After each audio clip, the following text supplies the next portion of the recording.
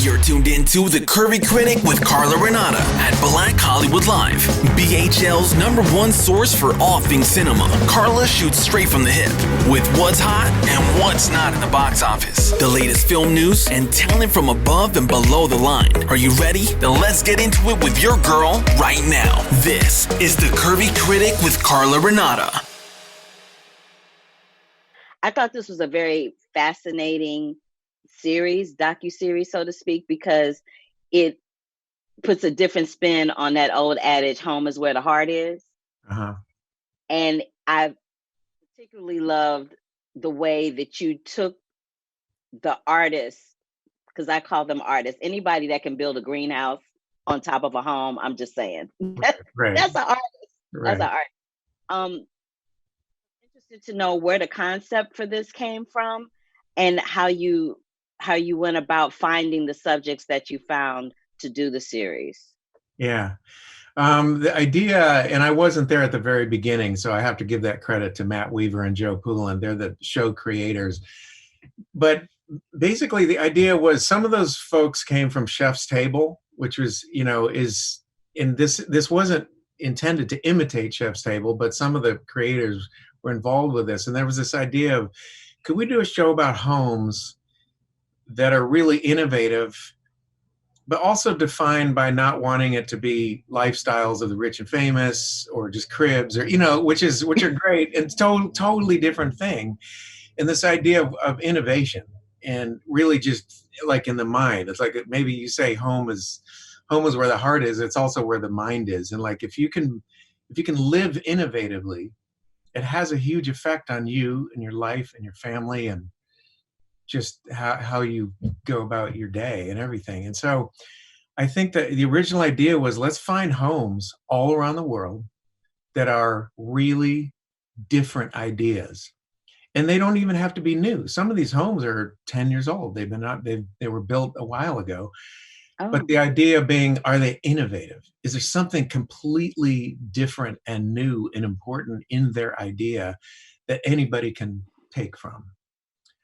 I love the fact that, especially the one with the greenhouse is the one that fascinates me the most, because the fact that you took the idea of building a greenhouse on top of a house and then making it a sustainable house by reusing the toilet water as water to drink, and how conscious they became. Like the daughter became conscious about the kind of makeup that she used on her face, because she didn't want the chemicals that she was washing down the drain from the makeup going into the water. And then there was a young man in Chicago who wanted to take his neighborhood and literally reignite the South Side of Chicago by redoing that school. Yeah. I was so happy to see it, and it was beautifully shot. How do you go about directing that type of show? Well, the two episodes I directed, one was the Sweden episode with Anders and his family, and then I didn't direct the Chicago one, but it's, there was a very high bar put on the look and feeling of the show. And so we used really great cameras and really great cinematographers. And the idea was, it wasn't just a show off. This wasn't a show off show. Like, we didn't spend hours, days cleaning the houses, so it'd be like a commercial. It was more, this is a home that's lived in. This is a place where people have lives. And I think that was really important. And it's an important difference between this and maybe other home type architecture shows, because it's also about the personalities. I was going to say, because Anders has the child that has autism, right?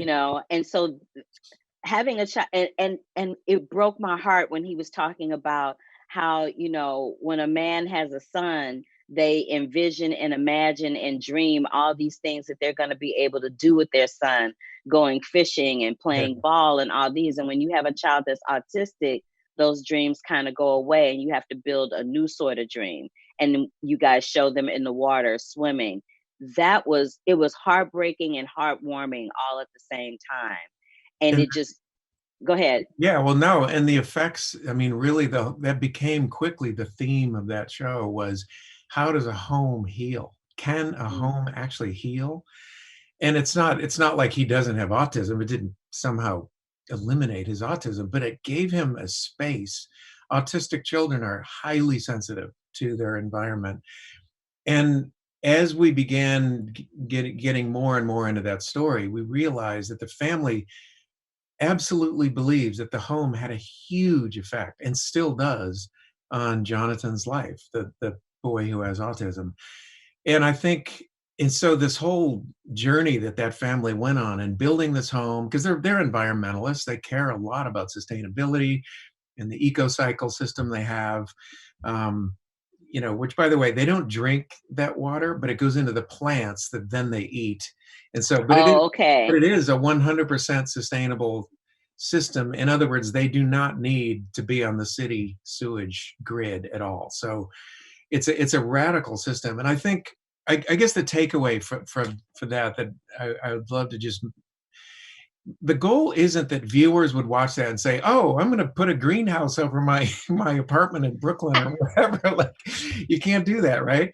No. But you can take lessons and inspirations from each of these episodes and say, well, I can't do exactly that. I don't even live in Sweden, but I can take this idea. I can say, well, wait a minute.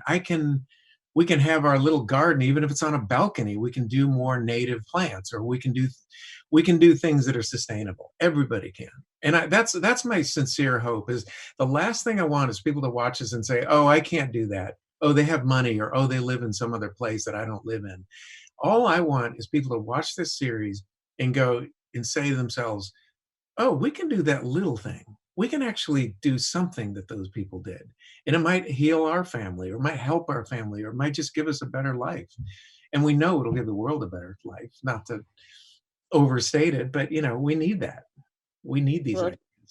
You're absolutely right. And I want to thank you for coming into my home today and me coming into yours to have this discussion. I thoroughly enjoyed the show. I really love what you did with that episode. And I'm so grateful and honored to be able to have the chance to speak with you today. Thank you so much, Doug. Thank you, Carla. All right. Bye. I appreciate it. Bye. To check out all the homes designed in the Home TV series, go over to Apple TV where it's streaming right now. Happy Earth Day, y'all.